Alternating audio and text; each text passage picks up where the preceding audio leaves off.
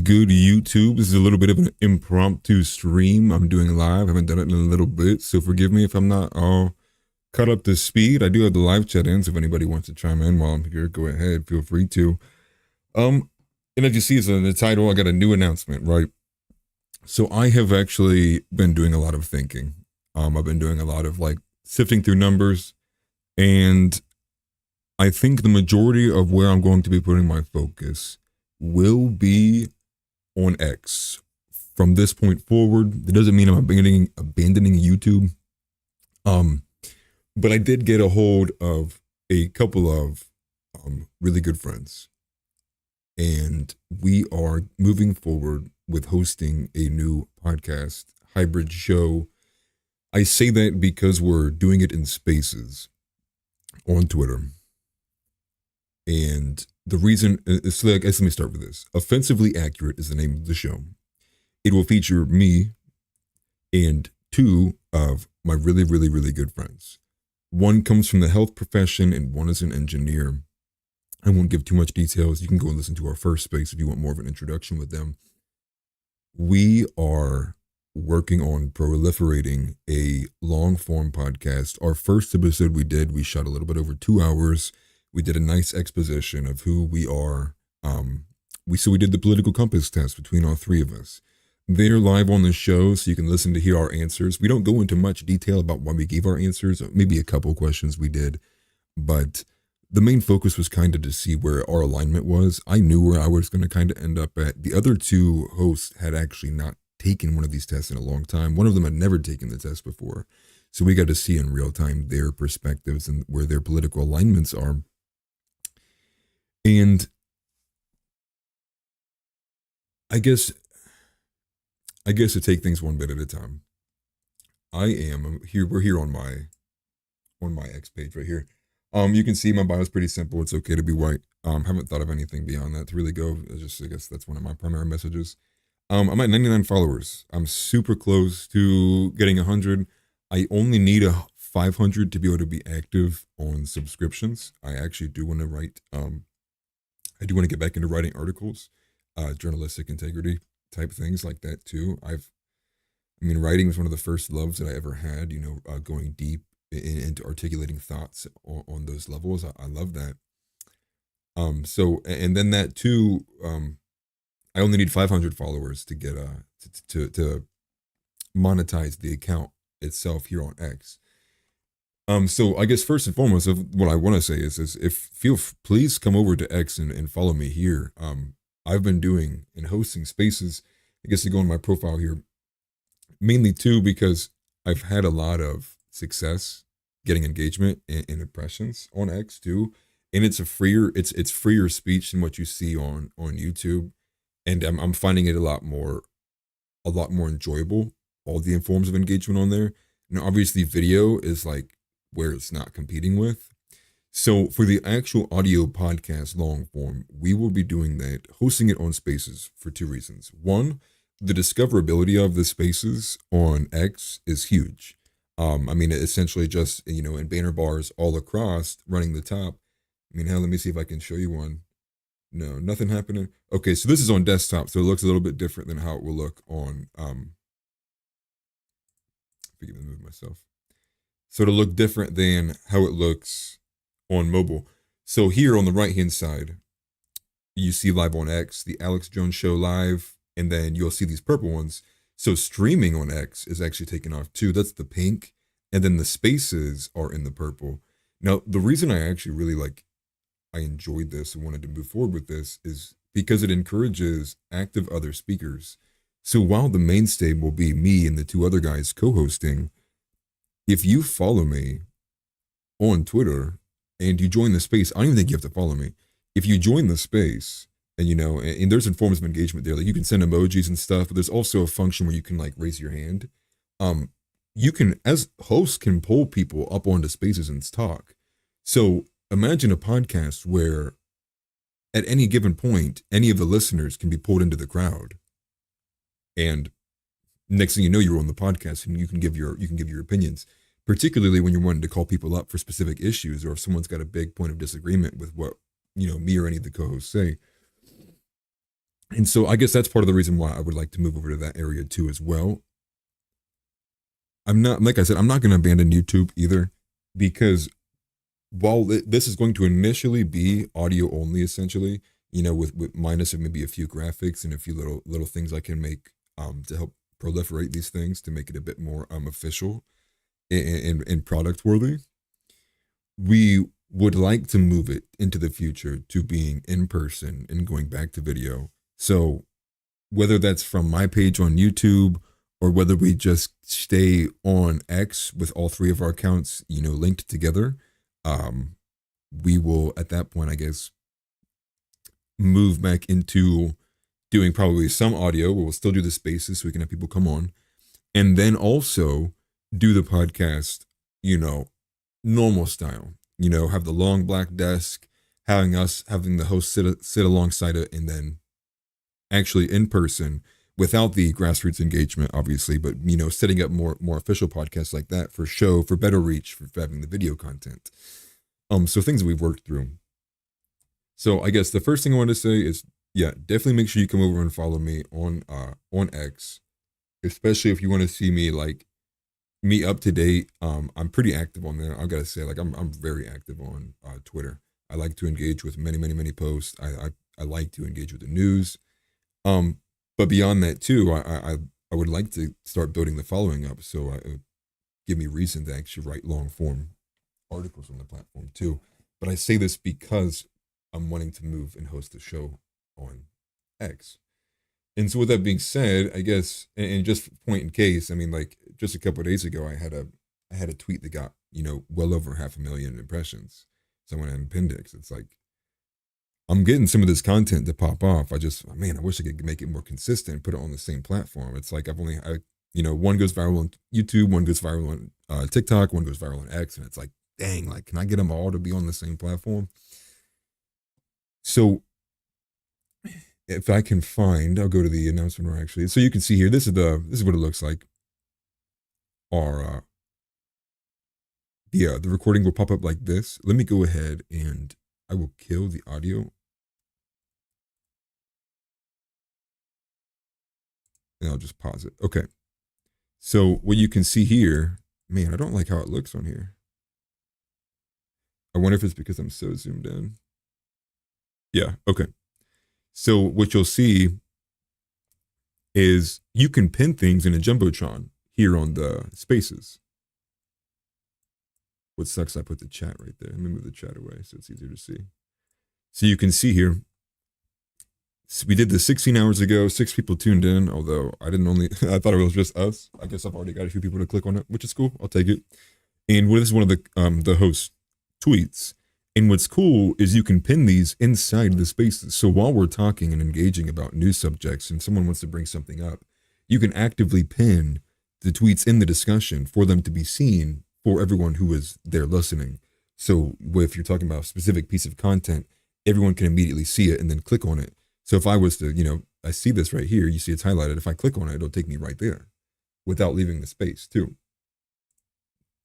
Now, underneath, you'll see the speakers here. Now, obviously, it has me as a listener because I'm joined back on and re-listening to it again. But normally, you would see me as the host here with them two as the speakers. And as it plays out, you'll see that bail out. Different people are talking. They'll have the waves. And when it's live, there's a bit more engagement features. There's you can do the hand waving. You can do the 100 emoji, different things like that actually are pretty nifty. But from this menu, you can pull people up. So I can see different icons. And if I see somebody joins and they're waving their hand, we can pick people out of the crowd and pull them up on the post to then talk about it.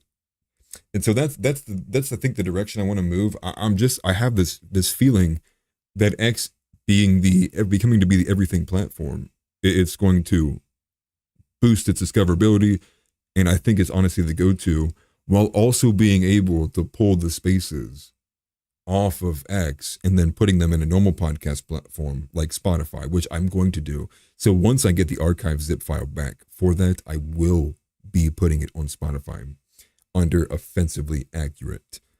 And I'll probably host it on the same account of that Real Time Red Pill is found on. And I'm thinking if I'm doing solo, I'd like to move on and get back to that too. Maybe not do it on the Real Time Red Pill, but maybe do like solo episodes on Offensively Accurate, just so I'm building the base of those episodes. I got a chat here from Mrs. Abigail Shepard. I feel like space is going to be huge for podcasters soon due to how popular X has become on the right.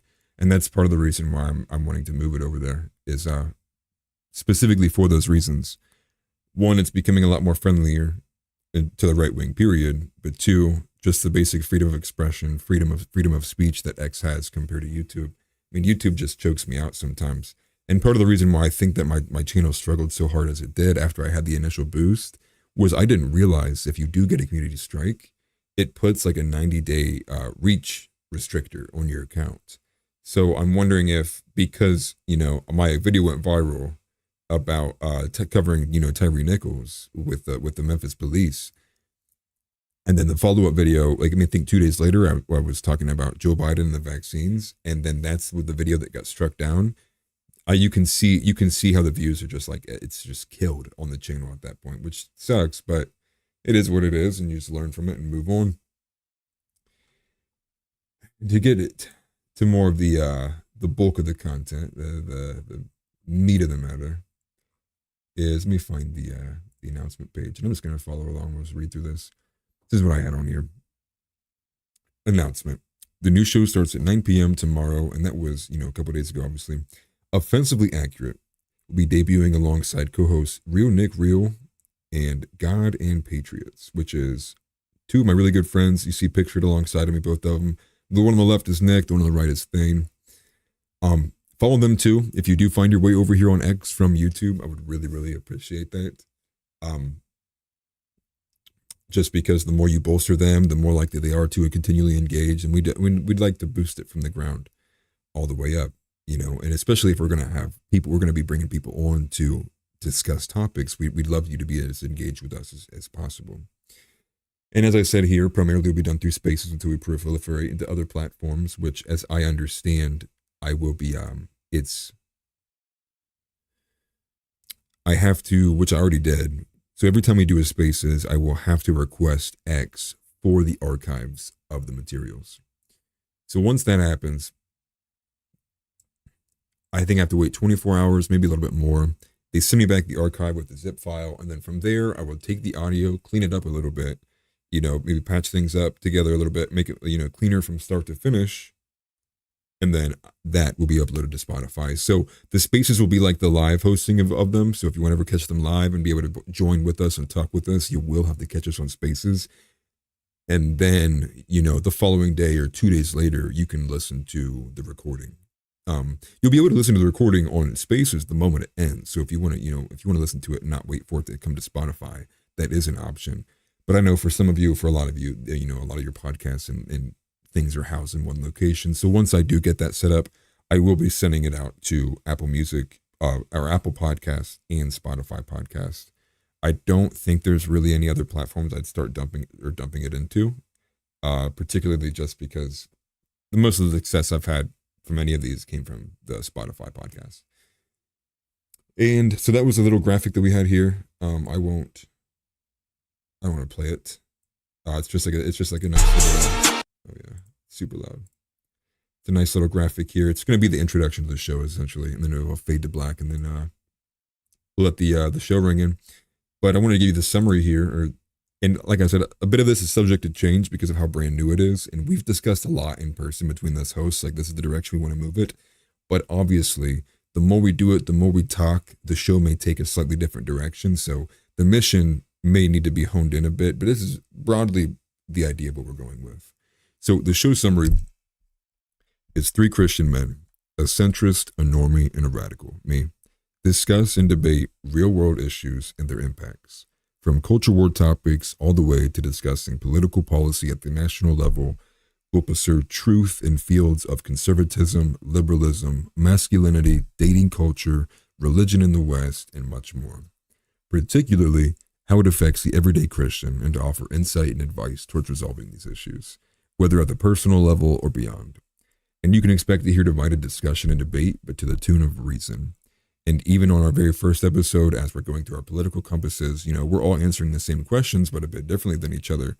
So you can even just in the first episode begin to see where our political alignment is. And obviously we can change and move. The idea is to be a bit more open-minded and be rigorous and right and obviously searching for truth. So things are always subject to change based upon how new information may come in, obviously outside of the Christian aspects, but in terms of how things are politically adjudicated, we may change, our opinions may change. I would imagine mine less so, the other two more. But again, like I'm the political junkie, and those two are more the normal guys. And more to come. And so this moves on to the next portion, which is we have a community page set up on X, similar to a Discord, but with all of the user interface that comes with X. So it essentially operates as the same. And I'll take you to that right after this. So, and with that too, it also offers us a very easy place to go to source our tweets when we want to pin them in the Jumbotron. So, when Thane posts something what he wants to talk about, say he follows us, he follows Christopher Wan, who brings up some kind of identity politics issue in the Christian community. He can quote that tweet, put it in the community, and it's very easy for us to find, put it in the Jumbotron, and then discuss about it.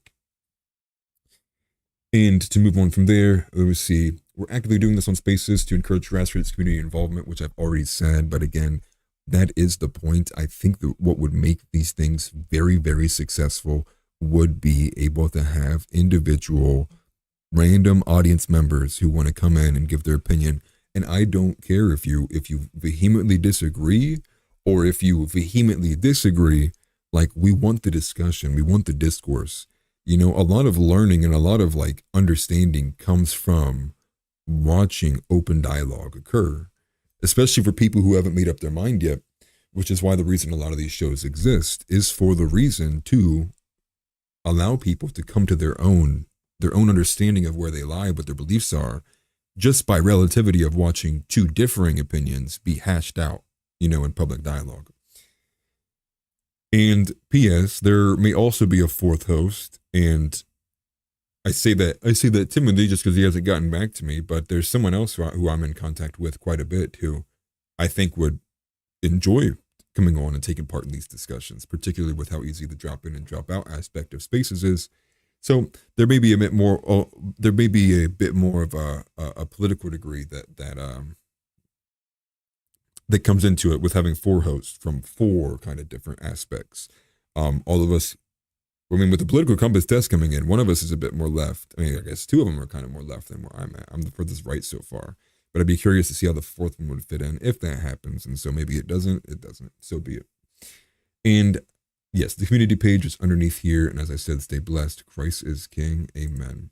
So on the community page, man, I have to move this chat everywhere.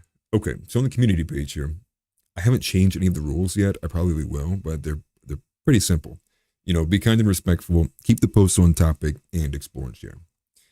And only 4 members of it so far. Obviously, because it's brand new. We just started it a few days ago, and it's not like I'm pushing it or promoting it with advertisement. But these are the hashtags I have now. Obviously, there's pretty basic ones, so like they're you can find them about any political show you go to or any right-wing leaning thing. It's going to have all about those exact same hashtags. But it helps kind of organize the posts, right? So if I look through here, it's hashtag Christian, I can look for that. So essentially when you're making a post, you want to leave in a hashtag so it falls under those tiers. So it's better organization. And make your own hashtag and you can put it in there if you want to. The only thing I will say about the community page right now is that it is restricted. So if you wish to join, it's going to have to be by invite and by request only. The reason for it is I don't want to get dumped in and have a bunch of people just start shit posting and taken away from the tight knittedness as well. I also just want to keep things kind of just under wraps for the most part, especially as a tool for us 3 hosts to use. And for those we know who are closer to us, we encourage, as once of you made on a Spaces or if you're a commenter from the YouTube page channel or something like that, like that's different. I would accept you right away. Just more particularly, just keeping it very small and tight knitted before we want to externalize it and make it go bold and a lot bigger than where we're at. I think that was essentially all that I wanted to say. I covered, um, you know, making sure you come over and follow me on X. I think if I do much anymore on YouTube from here on out, it will be live streaming. I think I'm moving away from the set it and forget it videos for now. Uh, just because I think this is the avenue I want to move into. So, I mean, apologies for those of you who do enjoy watching the set it and forget it videos.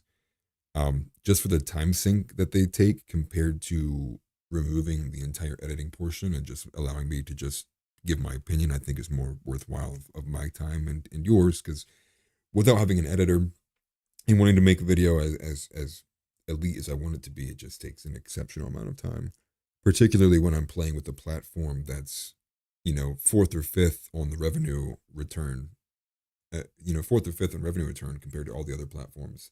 On top of the fact that it's extremely censored, they change the rules all the time, and at a moment's notice, I can get yanked. Where with X, it offers not only advertisement, but advertisement, ad revenue, financial streams, but it also offers subscriptions. And with the subscriptions too, that allows me to actually privatize post, and then I circumvent locals and YouTube all entirely, and then I'm back to being specifically on one platform. Outside of the proliferation of the content being elsewhere.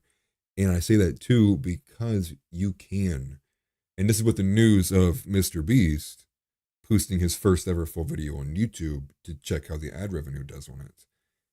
And I think if that pattern continues, I think most people are going to start just simply putting most of their content on X rather than YouTube. Now, in terms of the discoverability for video content, I would imagine YouTube is still king. There's not really much of a good UI to specifically navigate media on X right now as it sits. But I think that's subject to change. And I think if any platform is making the most moves and has the best energy and momentum behind it, it is X. And a lot of this I say too, due to the fact that I'm not going to be able to hit that 1,000th subscriber by the time I'm going to just lose a big chunk of public watch hours for this channel to get monetized here. So that also is just it's a big bummer for myself. I mean, part of it too is like my own fault for, hey, what's up, Donnie? Part of it's my own fault for, going so hard in the beginning with, against the vaccines, as well as talking about stuff that like they don't want you to talk about. And it's a hard lesson, right? It's a hard lesson to learn.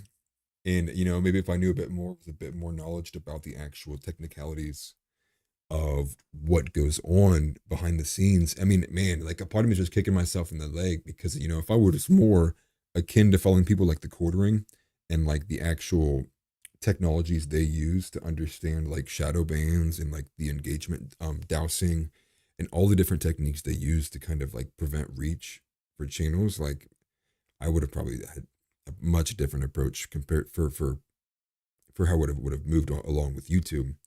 And I say this all because I am of the strong belief that X is going to very soon overtake YouTube as the most used platform.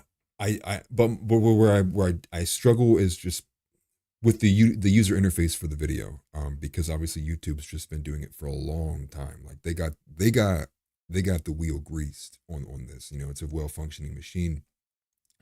But seeing Mr. Beast post his first video to X, and I think by the time I saw it, it already had like 3 or 4 million views and had been up for like 3 hours. I'm just like, it clearly has what's the word? It has the discoverability, but the tweet it does. The videos though, and how likely someone's to go down through Mr. Beast's page and keep watching and watching and watching, I'm not sure how accurate that will be. I guess I'm just more so gauging it on the fact that I can see continually X making growth from the spaces initially to moving on to now having the live streaming on X, which runs with the same banner tags where it highlights across your profile. If anybody you're following, it pings as well too. So if anyone you're even interested in, which you can see on my screen, I follow Alex Jones. His show will always be sitting there. As long as he's live, it'll sit there. And say if any other, random creator wants to start their spaces, it'll pop up on desktop. It's a bit different, but on phone, you got these purple banners will just start sliding across. So it makes it a lot more apparent to see compared to like, let me just show you. If I go to YouTube here, so YouTube's live discoverability is, it's not even on the front page. So I go to the YouTube to look at this discoverability and it's non-existent because it's all algorithm based from the set it and forget it videos right here, which for the most part is accurate. But then shorts down here, which is like, obviously all these ones are like the sex appeal, I'm on show more. And then now I'm down here on the live section, I think. No, not even. So for the video discoverability, the way this is kind of set up, having like this grand page with all these videos, like this is a lot more like visually stimulating to people to like search for with their eyes for video content's discoverability. But you compare like this, and I know on your subscriptions it'll show you live as well too, but not nearly in the same in your kind of face format as what X is, where sitting here is the mainstay of where I'm looking at, it's all centered, along with trending constantly on the right, following suggestions, which I believe is algorithmic based upon like where your likes go, who you end up like previously like engaging with, or what your last engagement might have been with an individual. And so I just got a good feeling that's the move.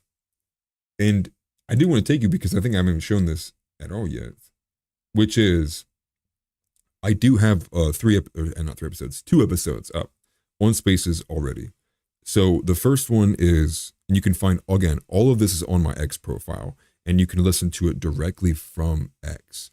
And as far as I know on iOS, it doesn't work through your player, because you just have to be an X. Doesn't mean you have to have the app open. You can close it and it'll still play.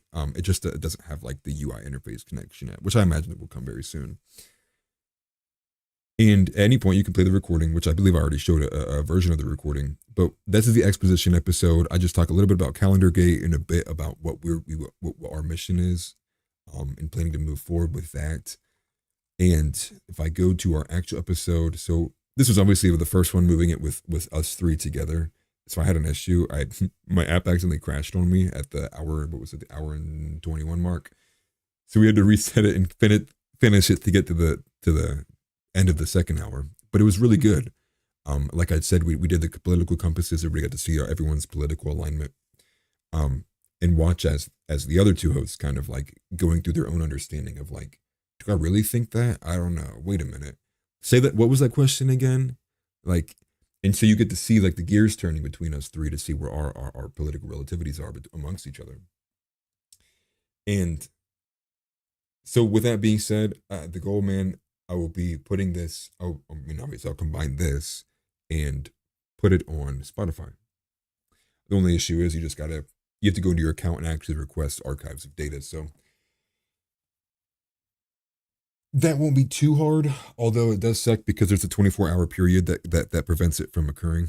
Because I think they have to like sift through and verify that it's you. I think you can only do it if you're a premium user anyway. So I think that's included in whatever the verification process is. So that's the goal. And I made this impromptu just because I felt like it would have been easier just to jump on the stream and talk straight to you rather than actually make a short explanation video about it. And yes, so yeah, again, I'm super close to having 100 followers.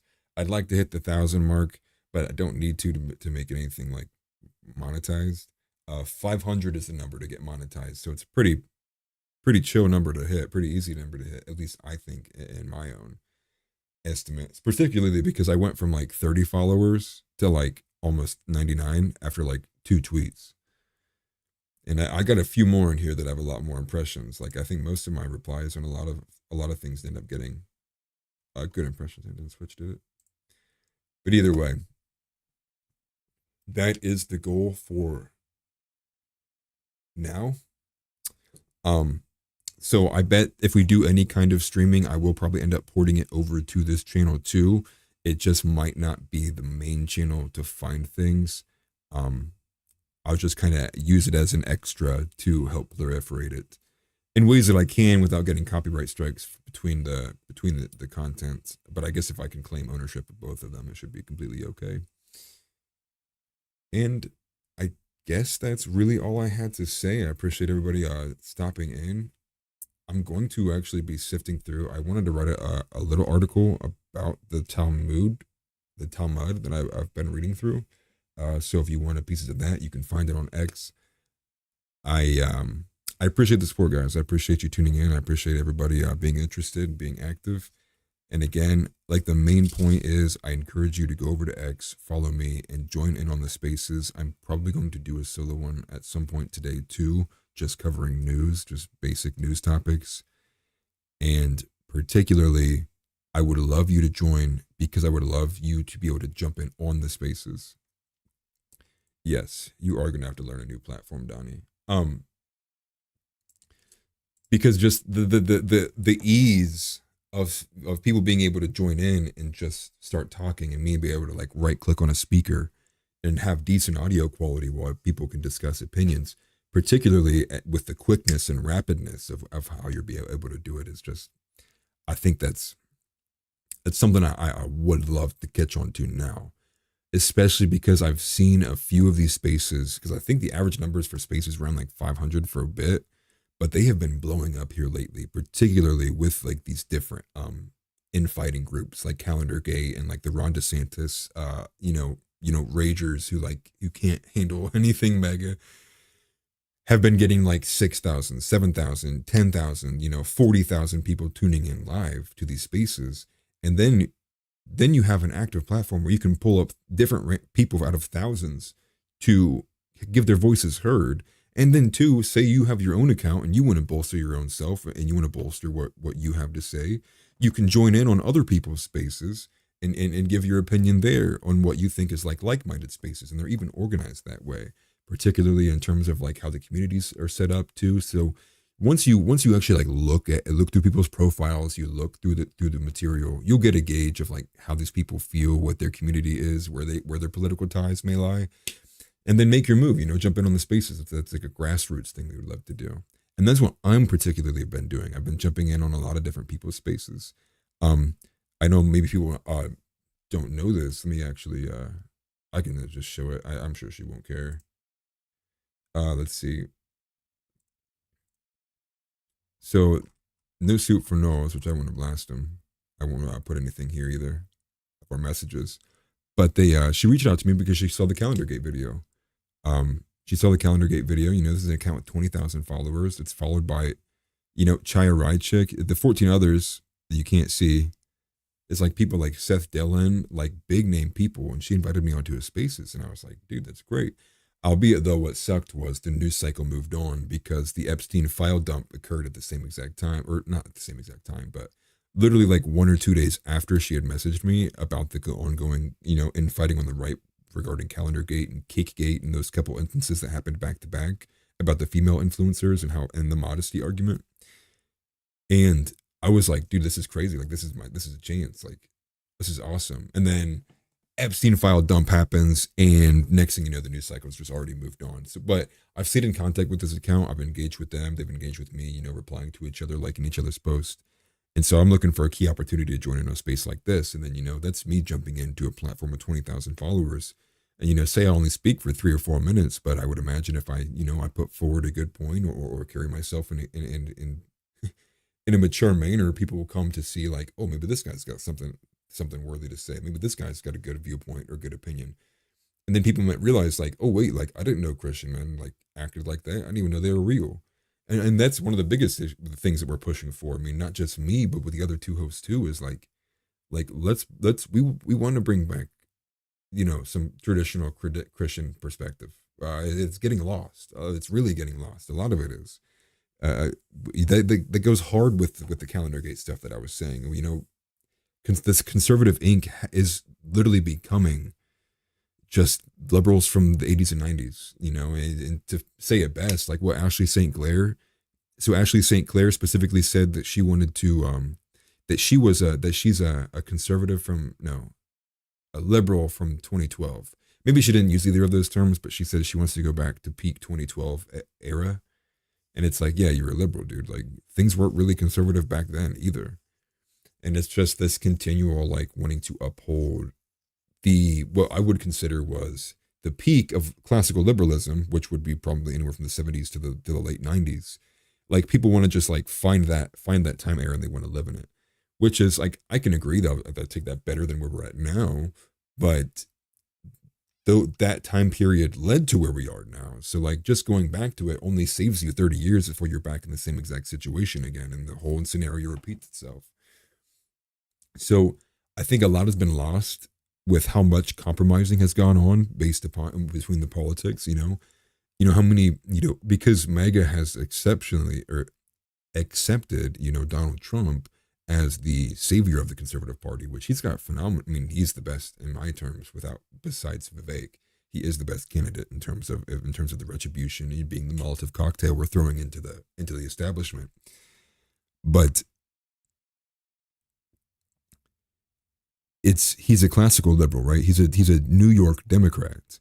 His viewpoints, his beliefs, he's more akin to what the classical liberal was in that time period. Only now, seemingly, is he a conservative.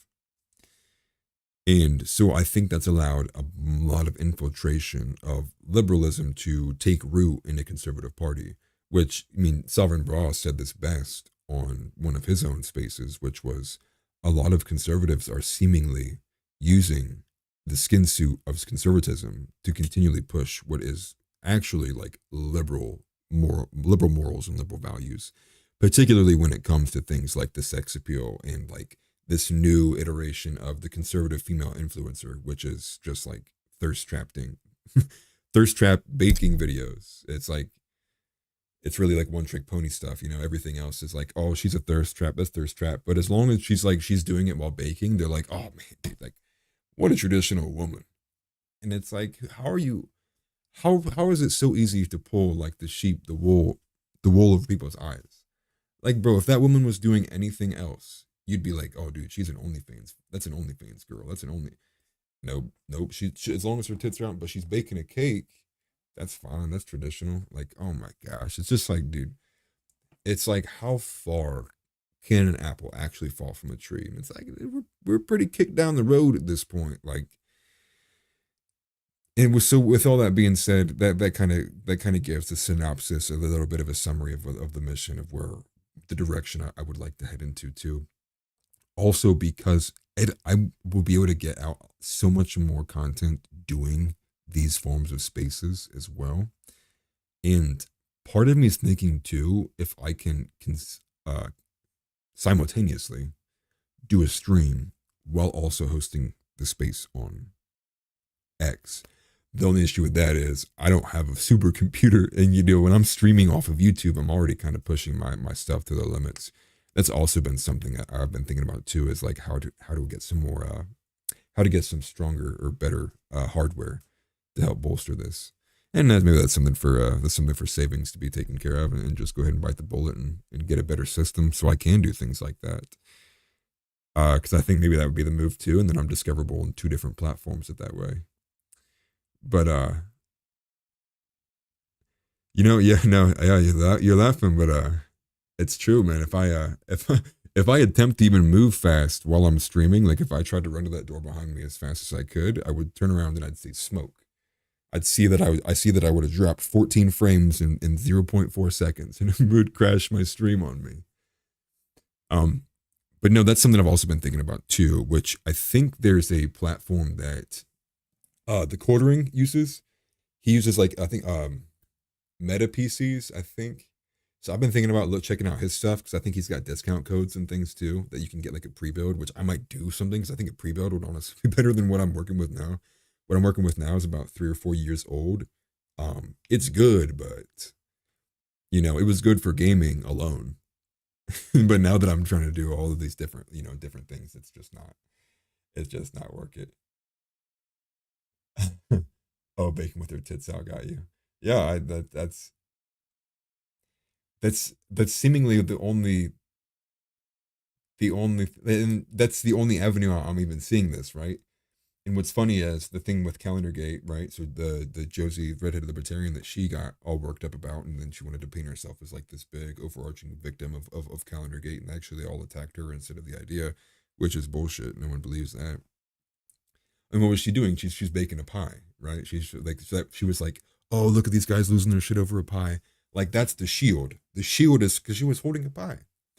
And then with Cake Gate, and I don't know if you saw this, Donnie, but Cake Gate, I mean, I mean, it changes a little bit, but don't get me wrong, it ain't no traditional cooking video. It's like someone took their camera and directly pointed at her chest. So you're watching the video, and it's like this, except my head's out of the way, and you can't see what I'm cooking. And people were like, "Man, but like, look how she cooked." But if you go to the video, you go to the details. There's no there's no information about what she's making. There's no recipe listed. And people are like, "So wait, so if you're watching this, how do you even know how do you know what to make?"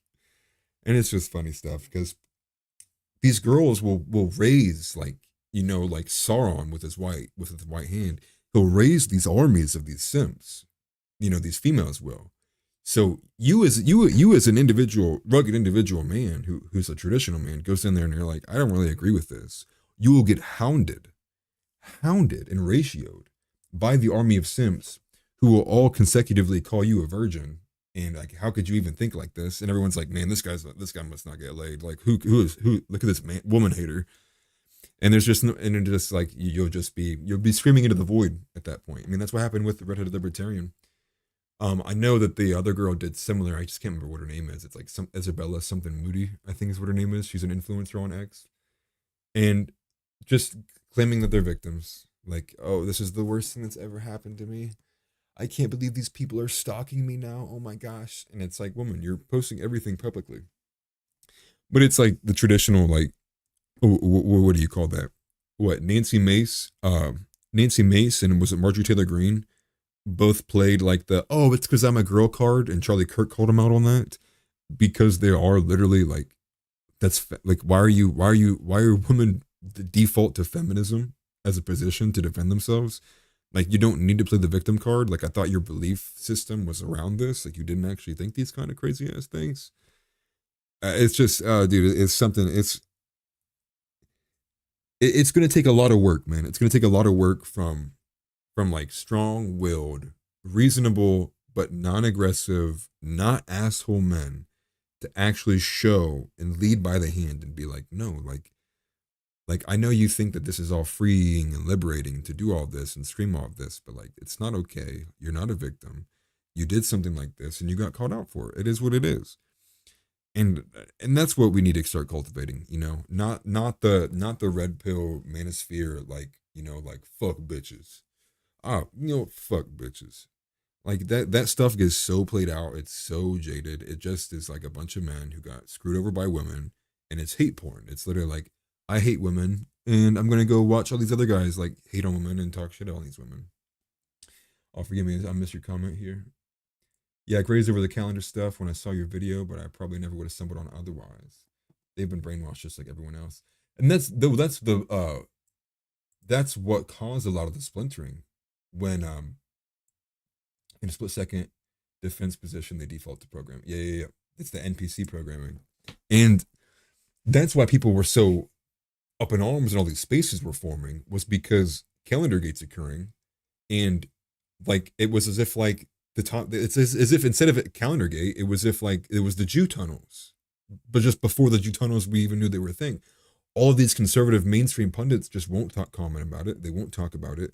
And then when you do get bits about it, like the one with Tim Pool that set me over the edge was like, he has this comment where he's going like, he's like, who am I going to get my values from? Like the mutineer betrayer, or because he's talking about Jenna Ellis, because she commented on the Redheaded Libertarians page because Jenna was not for it at all.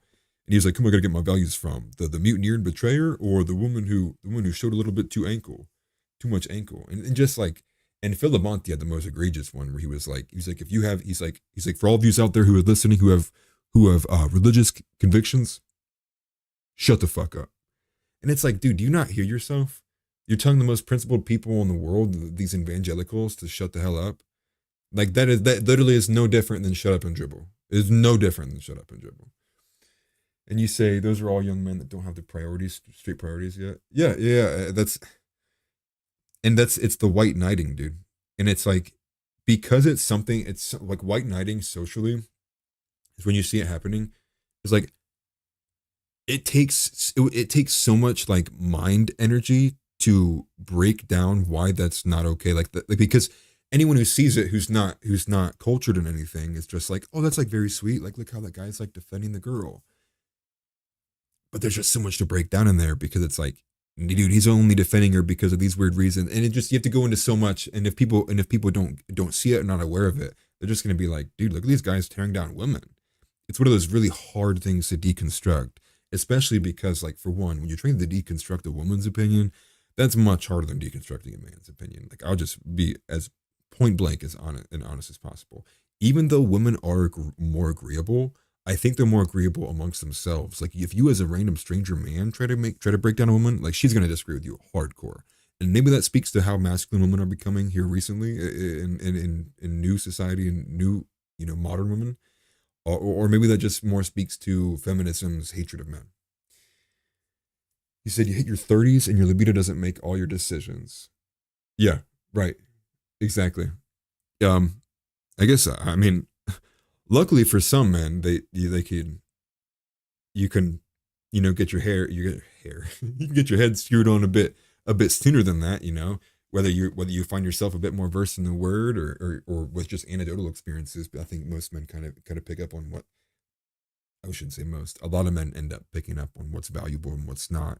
And they understand, like, okay, like, these behavior patterns, like, they're not, I shouldn't be doing that. I shouldn't be doing this. Like, that, because the stuff that gets me is when somebody makes, like, a white knight comes in to defend a girl who's, like, getting attacked for something she clearly did was provocative or promiscuous. And the comment back to the guy who's white knighting for her is like, she's not going to date you, bro. Like, or when they go like, I hope she sees this, man. Like, those ones get me all the time, dude, because it stabs a dagger into the heart of, like, I know you're not defending this out of reason, out of pure defense positioning. You're defending this because you want to be seen as, like, oh, he's such a good man in her eyes. And it's those comments just rip masks off, and it's and then a lot of them, you'll see that people don't even respond to them, because how do you respond to something like that? Because the person probably does wish that they saw her, but it's like not in that way. And yeah, dude, I'm right there with you, Donnie. I'm losing mine, dude. I'm beginning to lose mine. I should say too, like, it's cold outside. I'm not wearing a beanie because I want to be like Tim. It's just been cold outside. I work outside. So it's just easy not to go get a shower and do up my hair than it is to just, like, keep the beanie on and just put a new shirt on. I feel like I've worn the same exact beanie like 5 straight videos in a row, and I almost went and bought a different one just so I would have a different color on the top of my head, because I don't want it to be seen like that. Um, and oh, the other one thing I did want to actually point out that's actually sick as hell on this program, or on X, is let me move my big head out of the way. They can only figure out simping doesn't even work. It takes that's one of those where it's like, you don't know it until you see it, kind of experience, like, growing up, where like cigarettes, like, most kids, like, dude, like, even you can sit there and be like, like, cigarettes are so bad, but it's not until the kid puts a cigarette up to his mouth does he get the the experience he needs to understand, like, wait a minute, like, maybe this isn't cool. Maybe this isn't, like, cool how they put it, like, on the, oh, on these commercials, on these advertisements. Maybe it's not, like, the coolest thing to rip a heater and the kid starts, like, choking, dying, and they're like, okay, what is that? That's terrible. Oh my gosh. I just shave it. Yeah, I'm getting that, dude. But then you need the beanie because it's cold. Yeah, I know. It's a cyclical problem. The chicken or the egg. No, I'll just let it happen. I have enough hair. I can wear ball caps and it looks okay. That's for sure. I got the better genetics of my father. My dad lost his, and I think he was probably around like 24, 25 when he started losing everything. So he shaved his all off right there. I made it past that point though. But what I wanted to show you, not my profile. Where's it at? Yes. So here this on premium, top articles. This is like one of the coolest features on here. And I'm actually gonna go ahead and let me just make this. There we go. Because I'm tired of not being able to see it. So the top articles section here is like a new thing that they've added into, at least as far as I know, because I've not noticed it before. So, and it's separated by two different things too. I don't even do the people you follow. I do the people they follow because I follow a bunch of different news pundits. So you can actually see what people are tweeting about actively are the most hottest articles. And you can actually see it by the people who tweeted the articles. It's actually it's really nifty. So it sources all of the different tweets that are involved around the article in question. So that's why I'm saying like there's so much going on over on X that is lending itself to me to believe that this is going to be the better platform to be on, to be with, to be using. And so that's why. And if you're just joining now, everybody, I did a bigger explanation in probably the first, the first 20 to 30 minutes of the stream, explaining where I'm at, where my head's at, where I'm moving towards, and what I'm moving to continue to do. So if you want a better idea, I guess in short, if you don't have X, you should download X. It's the best platform. It's better than YouTube. You should follow me on X at Atlas_Thug_, which I can just go to myself again. I don't want to log me out. This is the page. That is an AI generated image of Jesus Christ ripped, getting ready to tear down demons. And listen to the spaces. We already have one up. Go ahead and listen to the spaces. Tune into it. Obviously, you can't speak into the recordings that are already there, but listen to the show. We did our political compass. We did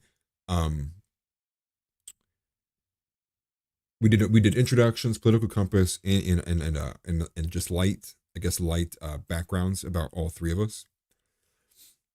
Let's see, Donnie. I have an X. I just don't use it. I try to keep my online presence as anonymous as possible. Yes. So if you wanted to do X, Donnie, and because you don't need to be verified, you don't need to pay for it and do that. Because if you want to be verified, you have to use your ID. So you would sacrifice the anonymity. But you can just make an anon account. I mean, just make an alt. Find whatever your favorite anime profile picture is, and then name it like Meadow Rake and the Rake of Autumn. It's something random like that. I don't know. And then still though, you can participate in spaces. You can get rid of all your personal information, and as long as you don't slip up while speaking and actually give out your personal information, nobody really have anything to go off of. But you're also allowed to listen anonymously. I just saw that. I appreciate it, man. You saw it real time on the screen. Finally hitting 100 followers. I appreciate it, man. You follow Trump, Elon, and Tim. So Trump's page has been deactive since they banned him. I think the only thing he posted on X was the mugshot, and I think it's been inactive since. Elon is active on Twitter nonstop. Actually, getting a reply from Elon is one of the best things for your account because there's a specific engagement protocol inside the algorithm itself that says if Elon interacts with this account, like boost it for a specific period of time, which I think is pretty interesting. And then Tim's very active on X here too. Tim has tweets where if you read them, like even if you read them like too quickly without reading the full thing, you'll get enraged only to realize like at the end of what he was tweeting was like bait or something. I like him as a follow on X. His abrasiveness comes off across a bit better on X than it does on YouTube. Where on YouTube, when he's abrasive, it comes off as like just like an out of touch like dickhead. And let's see, Alex Jones too, Donnie. Alex Jones is on X. He's one of my better follows too. Speaking of, I had who do I follow? Let me just go through this, right? I follow a group of evangelical like writers, Christians. This is where a lot of these new ones are. Because I followed Christopher Wan, and those were the all. So when you follow somebody, I guess I should say this: when you follow somebody, Generally, if they're a bigger account, it will also say like, here's a fleet of accounts that are similar to this account and they work well. So say if you just jumped on and like you followed Ebby Lemons, for example, on X, it would give a fleet of accounts alongside of it that's like, do you want to follow these accounts? And it would be like the Post Millennial, New York Post, Jack Posobiec, um, Human Events. It would be like those accounts would be similar with it too. So you're following like all the group of all the similar accounts that often engage with each other. So there's a lot of things that like algorithmically in here make a bunch of sense, and I think are going to be what helps bolster it to make it like the prominent platform to take over. And I don't know if you caught this, Donnie, or not, but I said the reason I said this was because of this. So, Mr. Beast, I'm trying to use the top one. That's funny, right? $25.3 million million followers, huge account. He posted his first. Look at this, 67 million views. Now, obviously, it's Mr. Beast, dude. He gets crazy ass views all the time. But in 20 hours on his X, where he's never posted a video before. I mean, never a full video, I believe. Maybe I'm really wrong, but advertisements maybe before. And he wants to test it because he sees the writing on the wall with the avenue and revenue returns compared to YouTube and where it's going. And dude, if Mr. Beast leaves YouTube for X, like that speaks volumes. Because he's gonna drag his content house with him too, right? So like I'm not familiar with him at all whatsoever, so forgive me. But I think he's got a couple more guys like in that group that also run their own YouTube channels. That's a part of his team, and I would imagine they would start shifting over. And then all it takes is the big domino to fall. It's just like then the rest of the forest is cleared out. Oh yeah, you didn't see this. So this is so I've just with all these different developments going on, I'm just sitting here being like, I think X is by far the move to be for especially for me for no fear of being booted off, outside of like actually literally legitimately breaking the rules of the platform by with like attacking somebody or something like that. And so what you've seen here too was I can move the chat again. See, these guys have gone live on Spaces, and you see how it's just popped up on my thing. So Scott Presser is someone I follow, as well as Mario Nafal. And as soon as they go live on Spaces, it just pops up right there, and it'll stay there too. So the discoverability, as long as you're a follower or someone follows you, you'll always be showed up there when you go live, increasing your chances of engagement, which I think is extremely interesting. I don't have the image here. Maybe I can do a quick search for it. But there was an image that recently got put up about the revenue splits between the top platforms. Yeah, I guess I could have just looked that up. So it should be an image. Yep, right here. This tweet went viral. Revenue splits by platform. That is massively different. I mean, now I'd have to look at the actual base of Kick, but like X and YouTube are at least, I guess, I'd have to look at that too. I imagine YouTube has like an insane amount of users, right? But I think if you were to compare X and Kick, X would be percentagely way more larger than what Kick is. So X by proxy being nearly as big as YouTube, although I would imagine, I don't have any numbers in front of me. I would imagine YouTube is still a good bit bigger than what X is in terms of the base of users. It's not X is still growing. I mean, X is on its way to making itself that. This I do see that Rumble's 100% for subscription stuff, and I've also seen Rumble making some waves too. So maybe Rumble gets a boost in here too. For some reason it feels like Rumble's just like this black sheep. Like I have posted some things on Rumble. I do have a page there, Atlas Thug. I'm on Rumble too. I hate the user interface. I'll have to be honest with you. Like I hate using Rumble.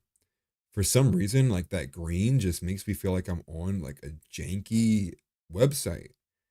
And I hate that because obviously they're going to stick with green, like that's their flagship color for the whole program.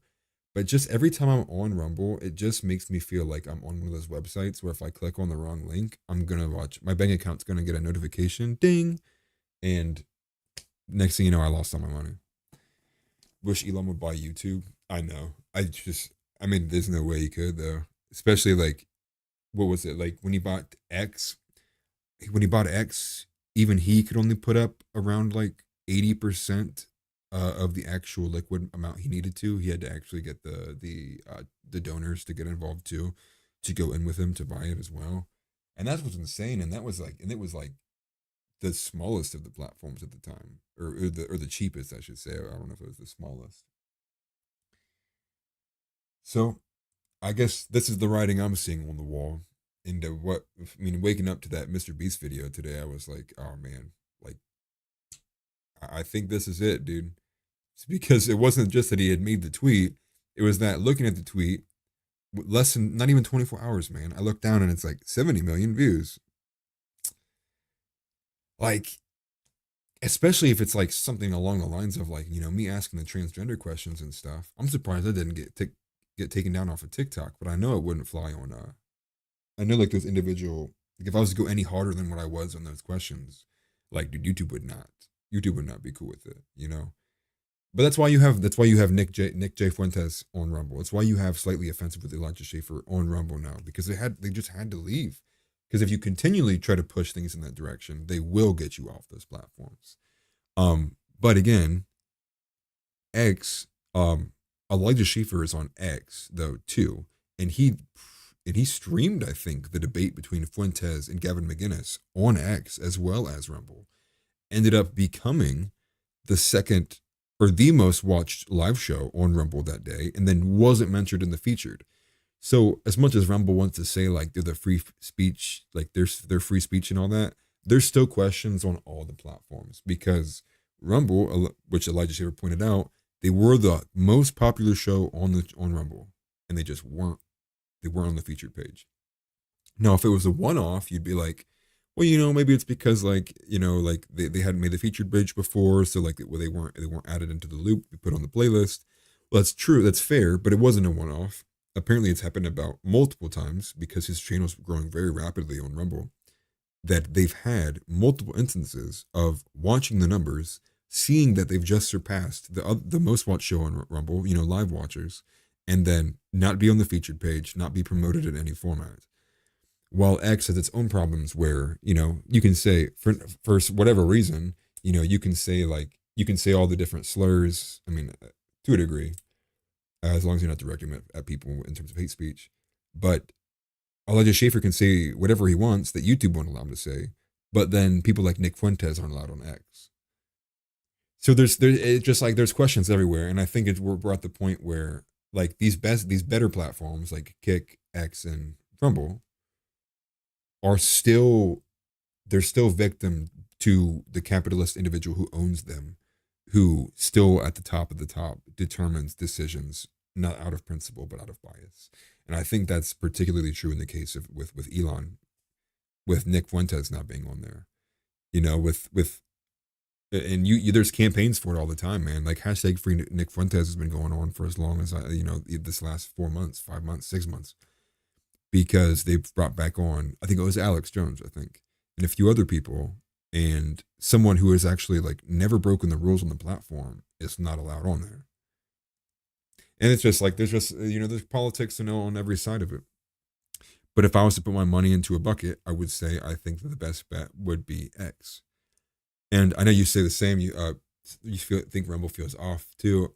I've tried to convince myself multiple times. I'll get my occasional reminder from Jeremy from the Code Ring, like, hey, jump on, like, make sure you're posting stuff to Rumble. You're retarded if you're not.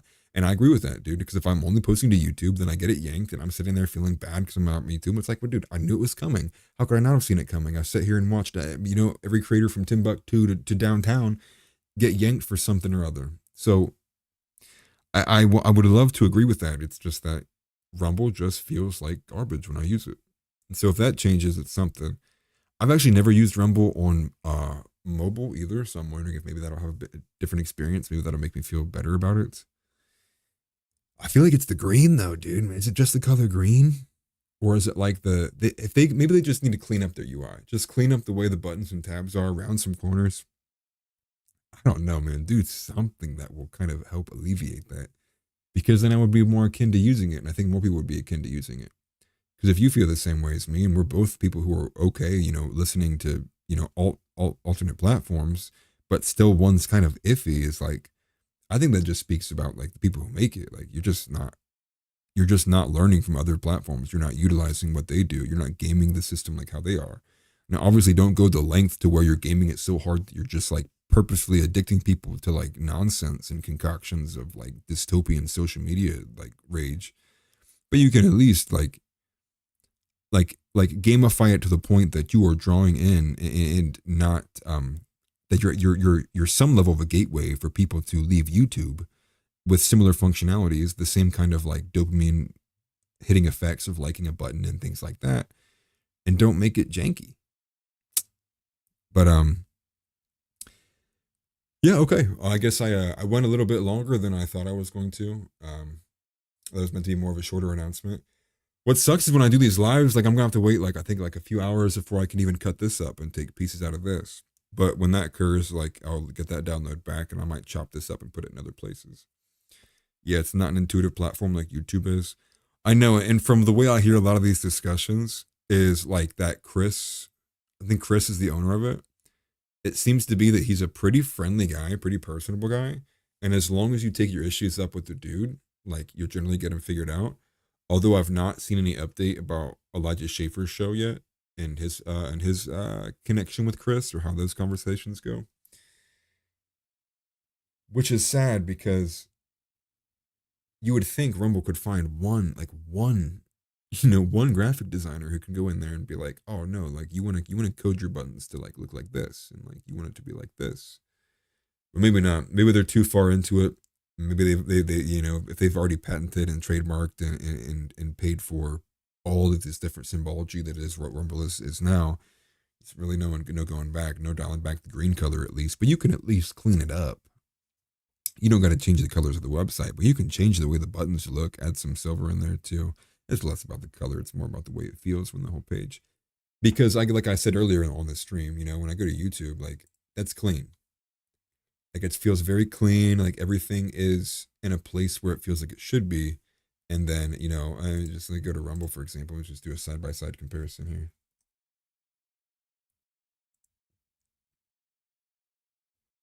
It's like, it's just not.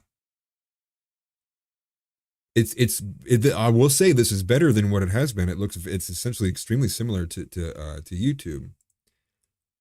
But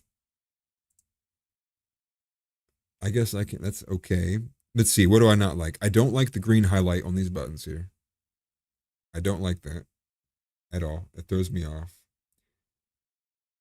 I wish this could be a bit better. Feels like it was made by software programmers for software programmers. Yeah.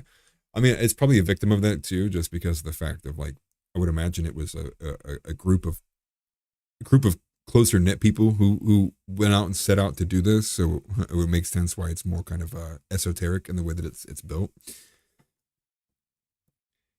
But like the live though, at least on Rumble, is still more discoverable than anything else. On YouTube, man, you'll go back to it. Like I go back to YouTube. Where's the live? Nope. There's one. Nope. Nope. Nope. So I think they're essentially ceding ground to everyone who's streaming. They're just like, okay, we're not the streaming place. We're the long form, like full episode, official episode. We're the clean content. Get it here. They're becoming like the Fox News, like verified accounts and stuff, which I just only noticed recently. Like I didn't even thought they were doing that. You could see that like Asmongold TV verified. What does that mean? Do you give your like ID? I don't even have one notification about being verified on something like this. Or to get my account verified on YouTube. I mean, and that's the thing too, is I'm like, the channel is monetized already. Not for ad revenue, but it's monetized for every other faction, for like super chats and things like that. And I just don't get it, dude. But you know, it's improvement, right? Because I mean, if you were to ask me, like, this Rumble is definitely way better looking, way better looking than where it was at before. Because before was bad. Like, dude, before it was like, this is disgusting. Like, you would pull up Rumble and it would be like, dude, like, no way. It just felt fake. It was like, it's like Roblox. This is the way it feels. I legitimately did not even know this was live when I clicked on it. I thought you just posted a video. Yeah, and that's the thing. Like, before, they actually had like a bit more I'm forgetting the words, but at least like animations, little kind of giveaways all over the website on YouTube when people were live. Like, now all it's got is like that, this little red bar at the bottom of this video. That's it. But before, I used to remember I would scroll down here and it would be the 2 row. It's like your homepage, right? Everybody gets their homepage, and the homepage is 10 videos of like what you're most likely to click on next, or most likely to do. And underneath that used to be the live section, at least I remember. Now it's the shorts, and then back to more videos and stuff you haven't seen, and then all these smaller columns, smaller genres of things like breaking news. And I think it's because they've completely seeded the ground, and it's insane because so Twitch isn't profitable. YouTube is pulling off of the streaming. So how are these streamers making money? Where's the streaming like servicing going? And then I'm like, oh, wait a minute. Not that I think everyone's coming over to X, but I'm like, is the best revenue system actually being held on X? And that's why all these streamers constantly post their clips to X to encourage them to go to Twitch. So is X the gateway to the other apps? Because I don't think it's vice versa. I don't think many people go to YouTube and end up on X. I think a lot of people end up on X and go to other platforms. So at least that's the way I view it as, and the way that I see the data transmission, or the data transactions occurring amongst themselves. Yes. Hell yeah, Donnie. Just followed you back, dude. That way, if I'm redoing a space, I can see you now, and I can pull you up, and we can talk. Especially if you see me going live too. Now, you won't get notifications like say like right now my phone's closed, and it's just sitting here. Like, I won't get a notification that someone went live on Spaces then. But then if I'm like, oh yeah, like dink dink, like let me go. Okay. Well, then if I'm on live, you see this bar here. This bar at the top is all the people who are live currently that I follow, that I'm engaged with. And I think that's sick, because at any time you can tell like who's actively putting out content and doing stuff currently. And I'm pretty sure it will organize it by, or algorithmically organize it by, who you interact with most versus who would recommend you the least. But the fact that it still puts it up there is like a huge discoverability thing. So you could just be randomly like on X, like reading a bit of news, and then you see at the top bar and you're like, oh, Atlas Slug is hosting. And you click on it and you're like, what's they talking about? And then it'll give you a nice little title of what like the video is here. And then it's like, boom, bang. I haven't set up Spaces yet, but I will. Oh, so with Spaces, you won't have to like do anything at all. Even on mobile, like you can join off of your phone and just like talk into your phone, and you'll join in like that. Now, obviously, when you're doing it on your phone, like if you're driving or something, it might like not be the best audio quality, but it's made simple like that, made pretty easy. So there's really not much to go with it or go into it, because it's a drop in, drop out. Here, let me walk it again. Let me walk you through one more time, because I'm already like an hour into this, or a little bit beyond that. Let me just show you again the Spaces. So let me go here, pause it, and then this by your first. Oh man, you can't see it. I'll move you out of the way. So you'll see here on the right hand side of the screen, we move everything left. So this is the space little menu here. Is it because yeah, it's because I'm so zoomed in. Forgive me. I do that because it's better for you guys to see it when you're watching it. When you're on desktop, you'll see it like this, nice in the corner here. And if I click it over here, there you go. Big. There we go. So the speakers, you'll see there, it has me as a listener because I'm listening to it for like the second time in a row. So you can't see myself as the host. But if you yourself were seeing it, you'd see me there as the host who's listening to it. And there's a Jumbotron in here. So when we actually talk about things, we can source the tweets themselves.